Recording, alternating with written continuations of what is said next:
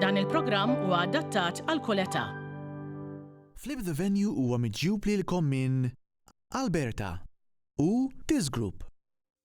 Flip the Venue jixtieq jirringrazzja lil Alfie's Hair Salon għax-xagħar u l-makeup ta' Sera, Elizabeth ta' Franki, This Group għall-ħwejjeġ ta' Sera u Vortex għall-ħwejjeġ ta' Bjorn u Damien.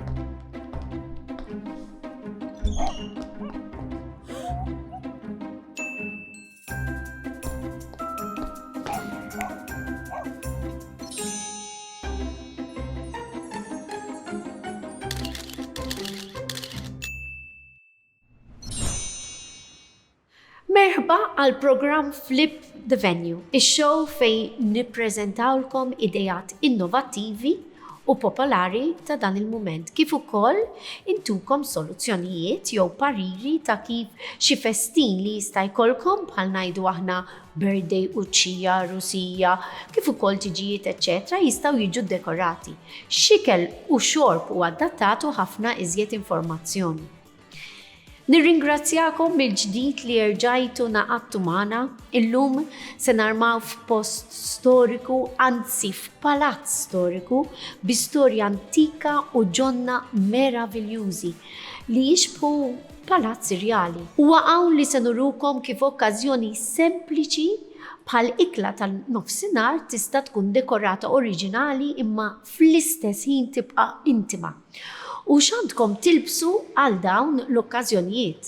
Illum ser nitkellmu partikolarment fuq id-dress code tal-irġiel għal matul il-ġurnata meta l-invit jgħajjat Day Smart Dress Code. Imma qabel nibdew it-trasformazzjoni ta' dan il-post, ħanatu titwila lil dan il-palazz ta' ġmiel li ma bħalu, ġmiel minn ġewwa u minn barra. Dan il-palazz inbena fis-seklu 19 u jinsab fiż-żona ċentrali ta' Malta. Hija dar għal wieħed mill-isbaħ ġonna f'Malta, mimli b'firxa ta' fjuri, ġonna tal-frott u serer imħadma mill-isbaħ. Arkitettonikament, il-post huwa żwieġ perfett kemm tal-kultura Maltija kif ukoll dik Taljana. Bħal raħal medjevali ħajt idawwar il-ġonna iżommu privat, paċifiku u tranquill. Il-ġonna huma miżmuma tajjeb u jinżammu ta' dejjem aħdar 365 jum tas-sena. Il-palazzo huwa mfittex għal tiġijiet u avvenimenti u huwa ovvju għaliex. Wara li ospita firxa ta' avvenimenti meravoljużi li jvarjaw mill-aktar tiġijiet stylish għal ikliet ta' gala glitteranti ġewwa l-ballroom grandjuża tagħha. Hawn għandek issib l-ispirazzjoni kollha li għandek bżonn.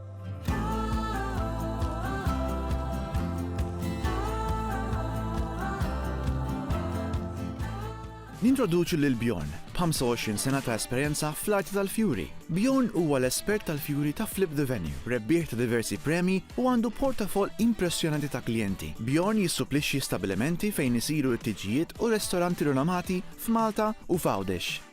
Nintroduċu lil Damien li għandu esperjenza mondjali, l-espert ta' Flip the Venue fil-qasam ta' dekorazzjoni u l-maneġġjar ta' proġetti. Għal Damien u t-tim tiegħu l-ebda proġett mu kbir wisq. Fil-fatt, aktar ma jkun kbir l-avveniment, aktar aħjar. Damien jaħdem fuq proġetti kbar mhux f'Malta biss, imma anke internazzjonalment. Kważi tista' tgħid li m'hemm l-ebda proġett li Damien mhux kapaċi għalih. Sera hija planner ta' avvenimenti lussużi u tispeċjalizza f'tiġi stravaganti u ċelebrazzjonijiet ta' klassi. Mill-2001, Sera u t-tim tagħha ippjanaw, organizzaw u wettqu aktar minn 1000 avveniment u tiġijiet. Sera għandha għajna sbuħija, impenn għal perfezzjoni u talent għad-dettall. It-talent ta' Sera matul is-snin attira anke klijenti notevoli u ta' fama internazzjonali. Bjorn, nilqawk għal programm ieħor Flip the Venue. Grazzi. U llum solo soli, bla Damien, imma hemm raġuni wkoll. Għax illum xtaqna nuru li setup sempliċi li tista' tagħmlu fil-ġnien tiegħek id-dar fuq il-bejt. M'hemmx għalfejn li jkollu strutturi kbar u affarijiet kbar. Importanti li nuru anke lill-telespettaturi tad-dar li tista' torganizza xi ħaġa sabiħa u sempliċi u tagħmilha faċli. Eżatt, ċertu nies jaqtaw qalbu ma jaħsbu li jridu jagħmlu ħafna affarijiet. Eżatt. Mentri m'għandekx għalfejn. Kumma jkollha bżonn mejda. Eżatt. Mbagħad tħalli f'idejna. Pożati. Pożati. U naqra dekorazzjoni kif se tidħollu dam Eżatt, dejjem trid tadatta l-post li tkun. Eżatt. Mela llum ħaniftu l-kaxxa bħas-soltu.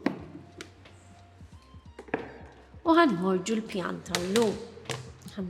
il-zigarella tatina ħiel tal-color scheme, jekk mandunawx sissa telespettaturi naħseb qed jaqdu fuqha di l-affari. Wow, kif qed taraw, għandna setup ġoġnien, mejda waħda, xi affarijiet jiddendlu, imma ma nixtieqx ngħid ħafna iżjed, però nixtieq nispjega lil min qed isegwina llum l-ispirazzjoni li ġabet għal din kreazzjoni tal-lum. Mela, waħda mill-okkażjonijiet favoriti tiegħi hija ikla matul il-ġurnata mal-ħbieb jew mal-familja. Malta hija ideali għal dawn li tlietax ingawdu ġranet sbieħ is-sena kollha u kulħadd iħobb jikol barra fil-beraħ igawdi l-veduta sabiħa, jekk din tkun tal-baħar jew tkun xi ġnien sabiħ bħall-palazz li qegħdin fih illum. So jekk wieħed irid jiekol għal fresko, u sija jekk wieħed irid sempliċement jiekol barra, l-istess fatturi jgħoddu. Waħda, li jkollna l-okkażjoni li nilbsu pulit. U t-tieni li nqattaw ftit ħin ta' kwalità mal-familja jew mal-ħbieb. Kull okkażjoni tinvolvi ikel u xorb, ikel tajjeb u bnin ma' xi tazza mbit tajba.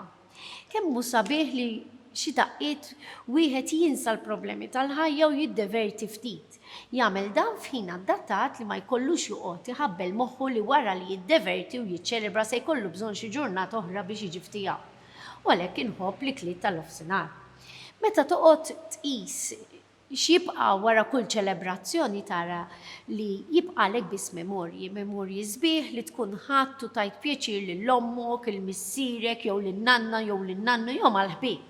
Insomma, nies li jfissru ħafna f'ħajtek u li tożżom ħafna wkoll, dawn huma żminijiet li verament ifissru ħafna għal dak li jkun. Allura, x'hemm ippjanat għallum? Illum se nikkreaw ambjent mill-isba u se nippreparaw ikla għal 16 mirruħ jew iżjed. Tista' tkun għal iżjed. Se jkollna mejda waħda twila li tiġbor magħha dawn is-16 mirruħ f'atmosfera ta' komunità u intima f'ġonna meraviljużi li fihom tinsa d-dinja u tħalli l-problemi kollha warajk. Ħadd l-ispirazzjoni mill-kosta tal-Amalfi fejn siġar ta' ċitru huma mkabra kull imkien, anke mal-ġenb ta' triq letteralment. Illum il-post fejn qegħdin jitkellem waħdu għandu dak kollu li għandna bżonn.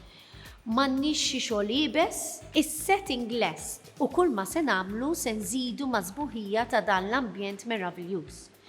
Biex niftehmu dan li se nagħmlu llum japplika wkoll jekk wieħed se jagħmel xi okkażjoni f'bitħa kbira jew fil-ġnien tad-dar jew fuq il-bejt tal-appartament tal-familja. Se nużaw l-amara li diġà hawn u niffukaw fuq id-dettalji li nħobb wisq. Allura Bjorn, ejja taw paċenzjuż tisma' ninkellem in-nistadlar. Kif se nagħmlu biex noħorġu dad-dettall fid-dekorazzjoni li ovvjament int l-espert u l-arti tiegħek, kif se nagħmlu biex it-tema noħorġuha fid-dekorazzjoni? Kif ġa semmejt inti, u waħda mill-partikolari hija iċ-ċitru.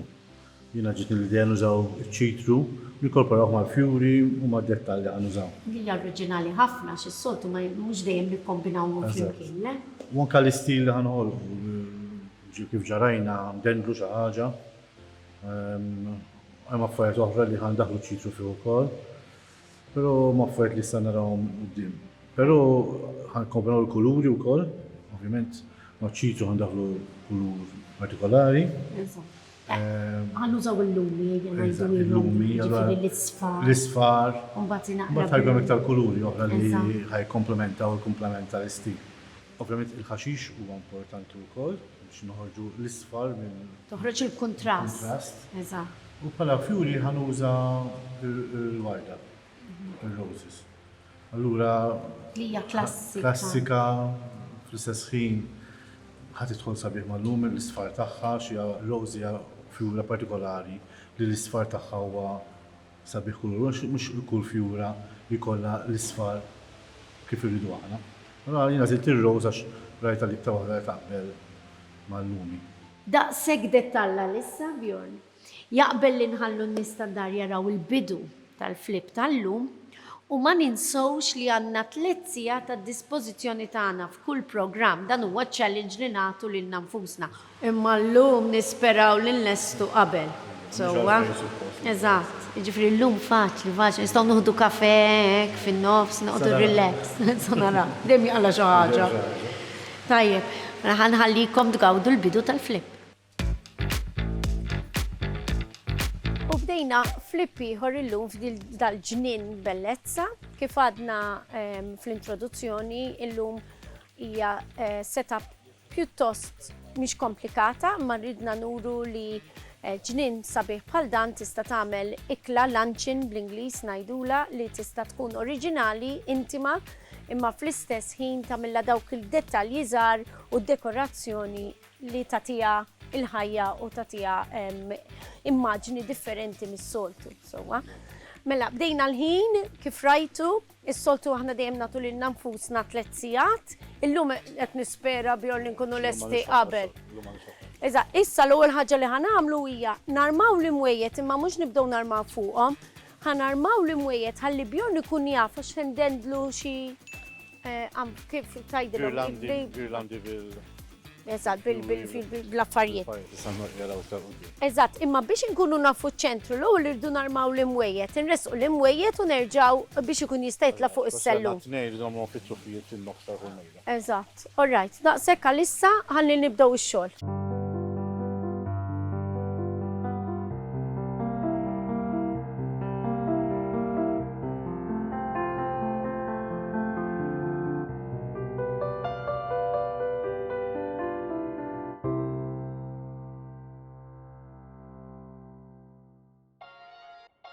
Mela, illum qegħdin ġodha ġnien daqshekk sabiħ, għandna grupp ta' ħbieb li ddeċidew li ħajamlu luncheon hawnhekk u xtaqgħu feeling Mediterranju.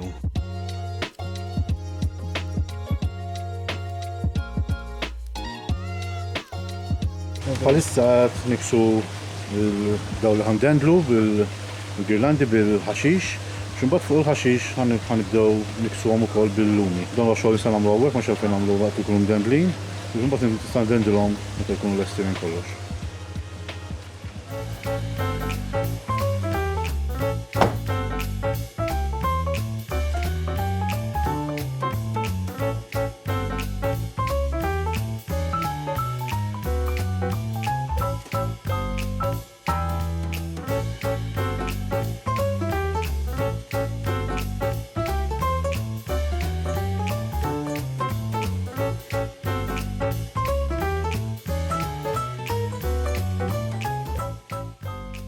Costano 35 euro. Ma ti avete, perché? Sono tutti diversi però. Abbiamo troppo colore poi. Guarda, perché questi, con il limone questo è bellissimo. Sì, anche con le posate, lega molto bene chiaramente. Allora, vedi se hai 16 di questi.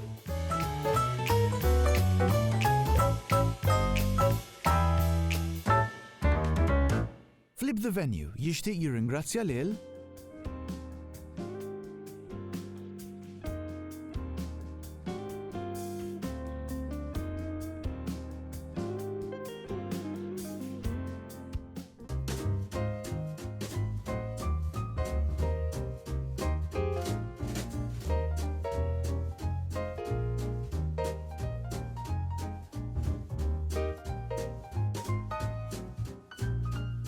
Bħala disin fuq il-mejda ħanħalluhu daqsxejn plain għaliex persa tkun taħt gazebo nistgħu ndendlu. Fil-fatt ħandendlu żewġ kuruni.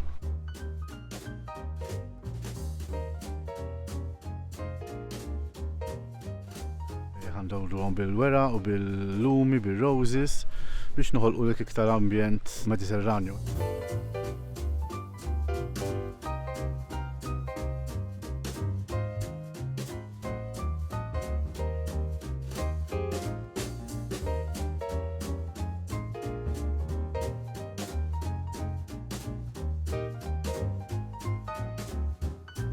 Nek karbjon, jitfa waħdem. Mela, Vincenzo, cominciamo la tavola da questa parte e poi quando finisce l'altra finiamo là. Non ci avevo detto. 1, 2, 3, 4, 5, 6, 7. Hai macchiato per questo Ok. 1, 2, 3, 4, 5. Lasciate posto che deve...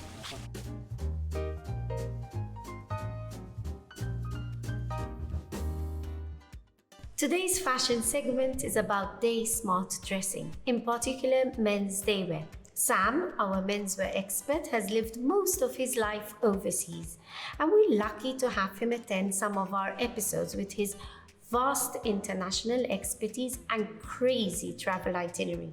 So with pleasure, I welcome Sam to the show. Hi Sam, welcome to Flip the Venue. Thank you for finding time in your crazy schedule to come and give some lovely tips and knowledge to our viewers. Thank you very much, Sarah. It's a pleasure to be here.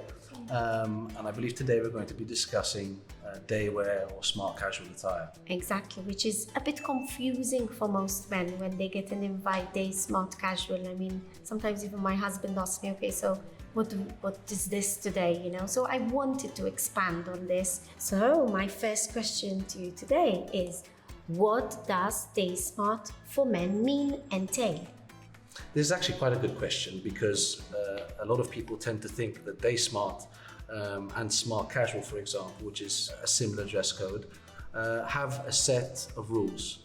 In reality, fashion itself is about breaking rules and making it look effortless. Okay. So before we start the conversation, I think it's very important that everyone appreciates that it's a very subjective topic, and how you look and how you feel is very much personal to the individual wearer. Definitely. So we're going to give guidelines, but everybody can do what they like, really and truly, no? Exactly. There you go. Rules are meant to be broken. So let's start with that.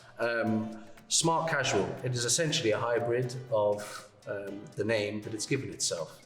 Smart, which is usually associated with the office, and casual, which is usually associated with the weekend. Okay. So when we're talking about an event, the event for smart casual usually is some form of lunch or dinner or cocktail party or visit out to watch the sport. There are a number of different settings, and that's how I start. When I see smart casual on an invite, I look at the event per se. I look at what time of the year it is, because that generally is going to give you a sense of the climate and whether it's going to be good weather or bad weather. And yes, it makes a difference. I look at the audience who are going to be there, and the scope, i.e. business smart casual, is very different to a social event for friends, which is smart casual. Yes, like a luncheon, like our setup today. So the luncheon setup for me is quite particular, because when you say Amalfi theme to me, it almost screams something out of the talented Mr. Ripley, Dickie Greenleaf, It's true. played by Jude Law. So you're looking at 5-pocket trousers or a nice chino, and those can be normally in earthy colors or even a block color if you like. Then generally you're looking at a button-down shirt, and that can be an Oxford or a twill. And again, you're very much looking at the base color that you use with the chino to select the shirt color.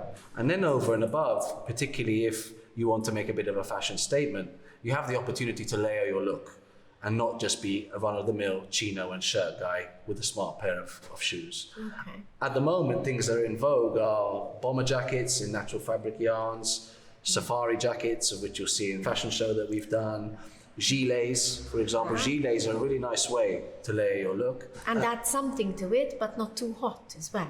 Exactly. I mean, listen, fit, function, and comfort are just as important sometimes as the style that you're trying to get across. And again, it's very much dependent on the person. I mean, I always say, you know, I tip my hat off to all the ladies out there who are able to wear high heels for such long events, because that is the archetypal sacrifice before anything else. It's true, but we love it. It just makes us You feel do, and you do it smart, well. you know? It's like the accessories you wear as well.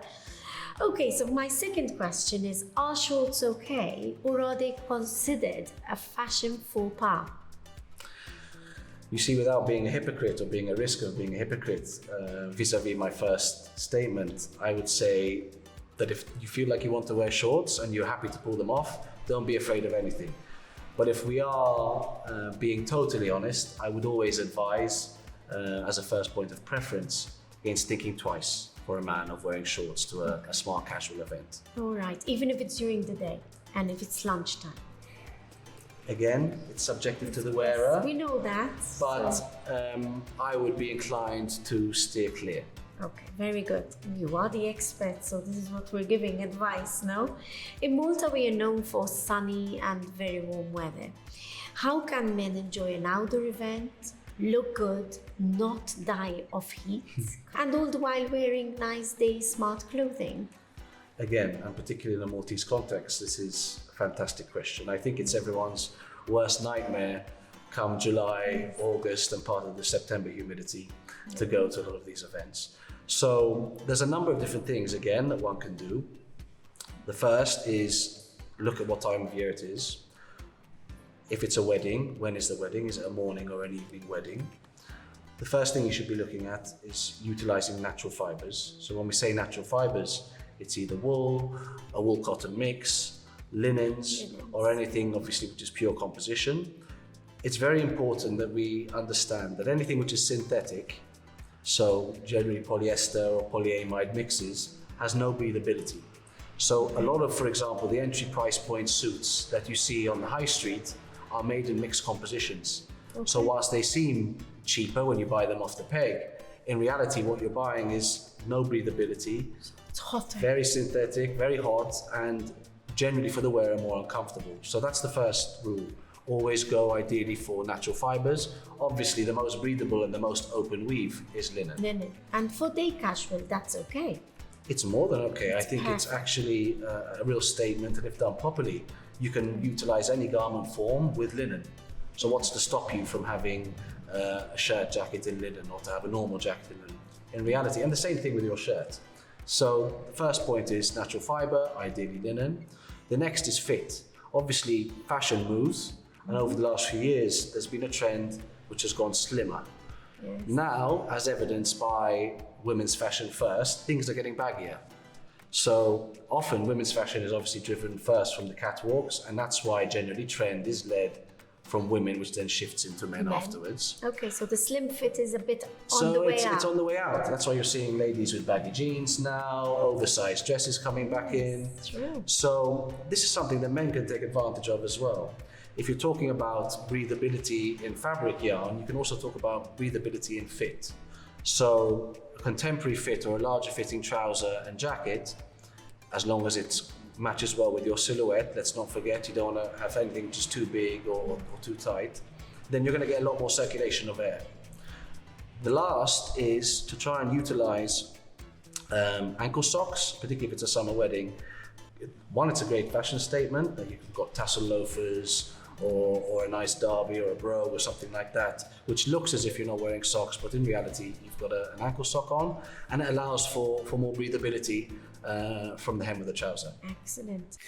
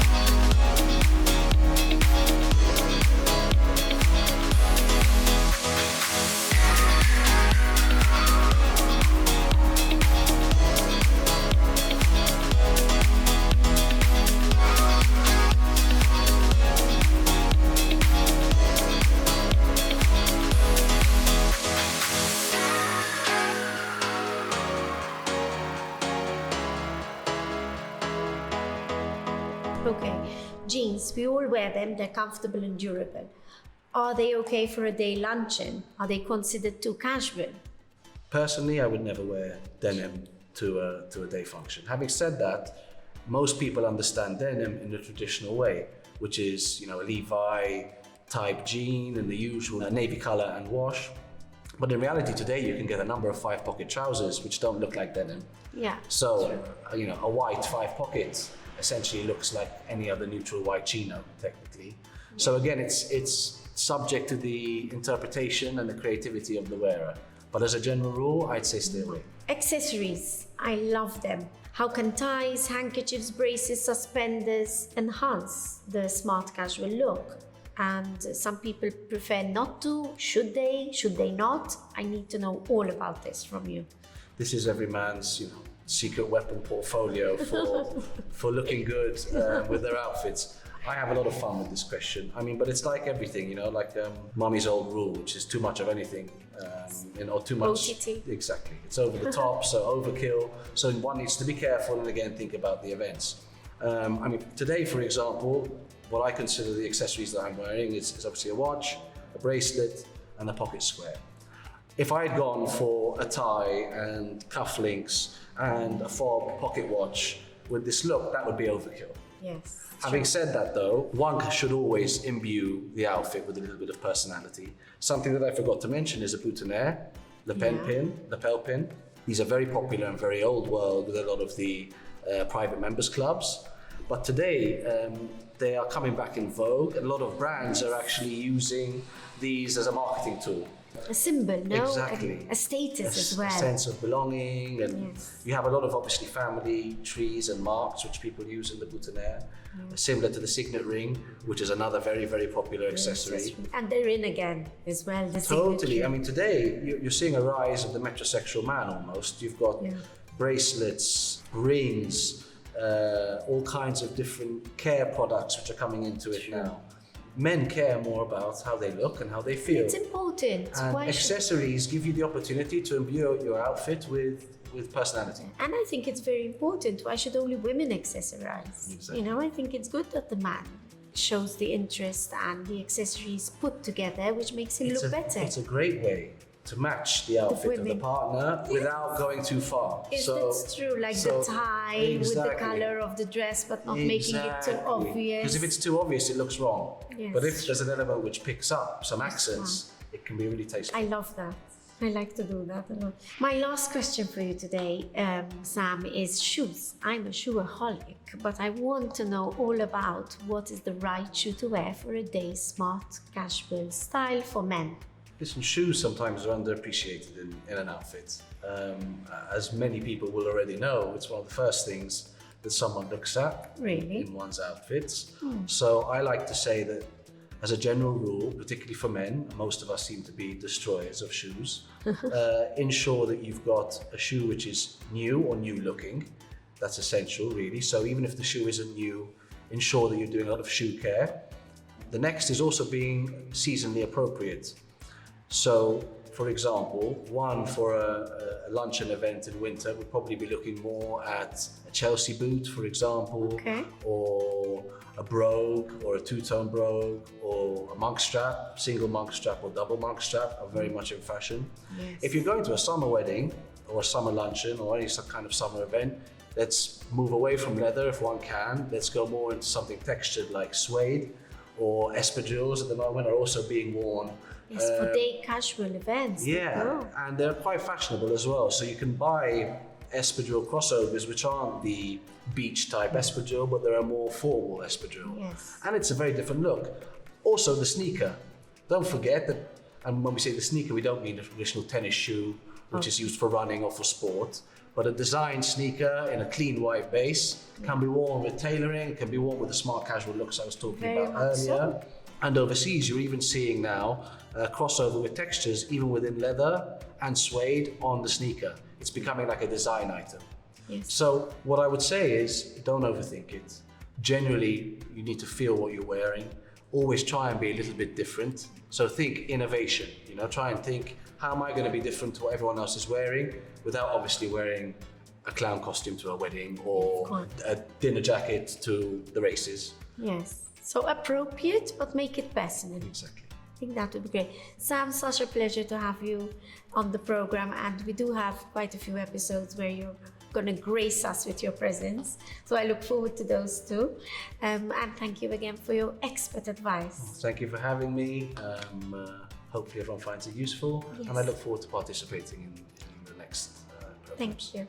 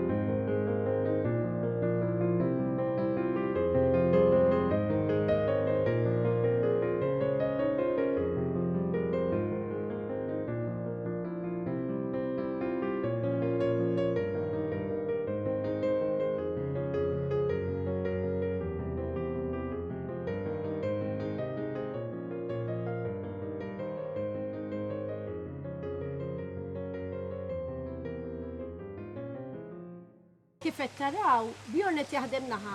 Daw bdew jarmaw il-mejda naħorra. Issa, is-soltu pereżempju kanna nqas ħin illum nafu li għandna 3 sigħat. Imma b'hekk ridna vera naqsu l-ħin stajna li Bjorn iġib il-girlandi lesti, ma jiena nħobb li narmaw kollox fil-post. Issa kif qed taraw Bjorn lest minn din naħa, ħarresqu l-imwejjed daw ġabdew in-naħa l-oħra, jiġifieri kważi lesti.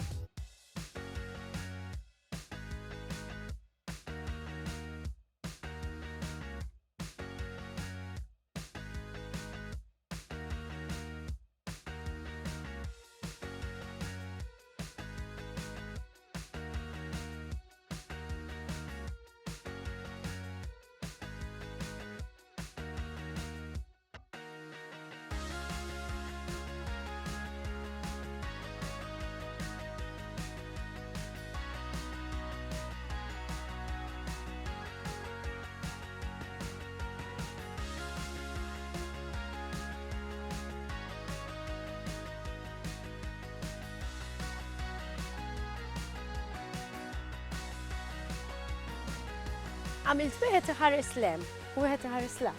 Wieħed iħares lem, issa nagħmlu wieħed iħares law, li ħadd ma jieħu għalih.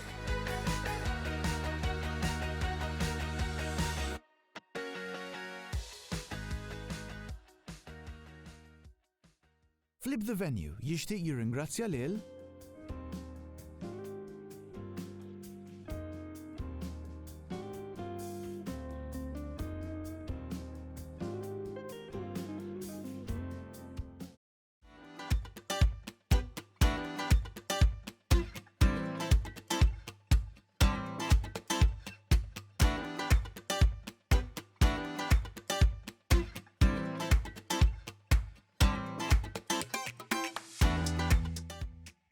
Mela, sija u 35 minuta, mhux daqshekk ħażin. Preferit kieku għaġġilna iżjed imma il-fjuri d-dettalji llum jdumu naqra. Issa ressaqnih l-arloġġ għax ġiet ġurnata bellezza bix-xemx u ovvjament ma stajniex naqrah fuq il-bar imma ressaqnih fuq siġġu biex tkunu tistgħu taraw intom ukoll. Mela dawn ma' topiaries, jitlu ħafna mal-istil li għandna llum. Jizawhom ħafna, u anke mal-ambjent ta' work ġoġnin jmorru ħafna. Ġament ġili ssibhom siġar jkun maqtuwajna fix-xejn. Aħna llum qed nagħmluhom bil-fjuri. U jien qed nieħu gost nagħmel il-fjuri biex ngħin il-Bjorn. Ħanaġlu.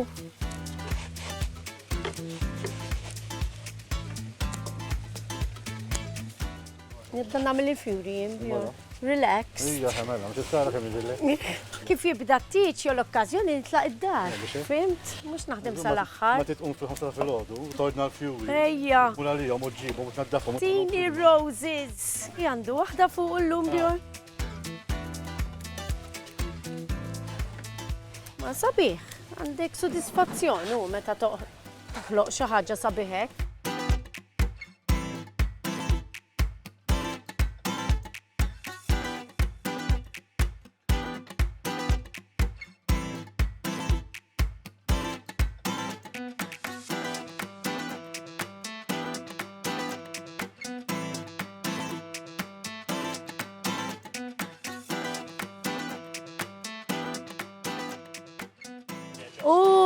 Stenna ħan namluha fiċ-ċentru, Iva naqriżiet perfetta naħseb Bjorn, żomm. Għax qabel rajt li ma narax l-oħra. Mhux. U lesti sija 54 minuta. Ġifieri inqas minn satej illum u domna għax pereżempju l-girlandi ma ġabhomx lesti, imma ridna aħna li narmawhom hawn, ma daw jistgħu jsiru il-warehouse. U jġibu għax bil-lumi u hekk. Daw affarijiet li tista' u ma konna nagħmlu sija biss. Imma id-det tal-bellezza, il-feeling tal-Amalfi, tal-Mediterran, ta' dal-ġnien, ta' ċitru kollu ħareġ fih. U vera kuntenta u anke intle. Illum soli, insomma. Illum waħedna, ma rnexxinna wkoll. Eżatt. U nħallukom hemm.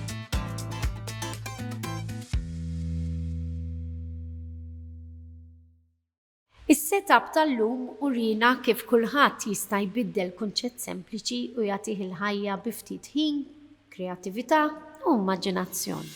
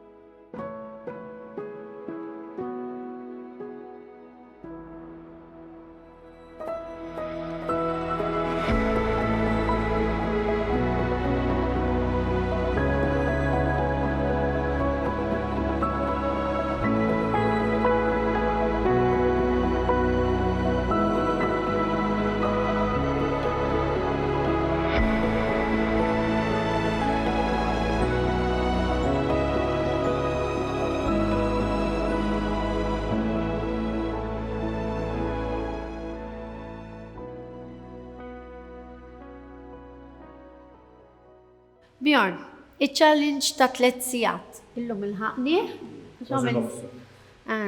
Kważi satej. Ma ħanajdu kollox, stajt iġib il-girlandi mill-warehouse. Ma xtaqna nuru kif il-dinam, u jina u kollu kaċir li ċertu xoja għadha fil-post. Jkun izbaħ, u anka li. Il-size u kif il-dender u u l-atmosfera. Fil-post, affarijiet jibqaw sbieħ, meta inti tiġġor l-affarijiet, awtomatikament għalek xi fjuri, għalek xi ħaġa. Eżatt. Titqgħod tirranġa xorta. Allura ma l-ewwel aħjar Però importanti li nkunu nafu li ċerti affarijiet jistgħu jsiru anke qabel u jiġu portati ġol. Speċjalment jekk ikunu djar tan-nies, idealment u l-affarijiet lesti mhux ta' ħafna ħin għandu. Eżatt. Mela, il-ħin għamilni, m'għandniex problemi da. Kien hemm xi tibdil li kieku forsi konna nagħmlu? Jiena ma naħsib. Kif setgħu jaraw ħarġet vera sabiħa. Sempliċi sabiħa. Sempliċi ma kuluri. Sinjura ħafna bil-kuluri, bil-dettal. Il-platti qablu mal-pożati, it-tazzi oriġinali, Il-lumi bl-ismijiet. il-menu, kollox. L-swivet ikunu vera nħala sabiħ fuq il-mejjer. Jiena l-istess kont nagħmilha. Fil-fatt tant oġbitni. L-Italija kun nagħmilha. Nixtieq nagħmel waħda bħala d-dar u terrazzin. Meta nħarsu lura kien hemm xi tibdili li ma kienx mistenni llum, ma kellniex xita. Ħarġet ilna ġurnata sabiħa. Importanti, mhux faċli u f'da xhur. Kellna l-kanopi konna sejf imma ma kienx hemm xi tibdili ġalna nbidlu l-affarijiet jew. M'għandix ingergru, kollox sew. Grazzi tal-paċenzja tiegħek u tal-ġenni nikkrealek. Illum ejtek vera ħadd gost. Is-solti kollok it-timbiri ma llum biex iġġalni nħossni hekk at home ġejt waħdek hekk. Konnina ma naħdmu ilu int. Na naħdmu flimkien 20 sena bjon. U ilna ma naħdmu hekk xi ġurnata waħedna, ma jien ħadd gost ħafna. Grazzi ta' kollox u narak il-programm li jmiss. Nirringrazzjakom li kontu magħna din il-ġimgħa wkoll għall-programm Flip the Venue. Insellimkom u narakom ġimgħa oħra. Però qabel ma nħallikom nixtieq ngħidilkom biex ma tinsux tiċċekkjaw il-paġni soċjali Flip the Venue għall-idejat u l-kompetizzjonijiet. Flip the Venue huwa miġjub lilkom minn Alberta u This Group. Flip the Venue jixtieq jirringrazzja lil Elfie's Hair Salon għax-xar u l-makeup ta' Sera, Elizabeth ta' Franki, This Group għal-ħwejjeġ ta' Sera u Vortex għal-ħwejjeġ ta' Bjorn u Damien.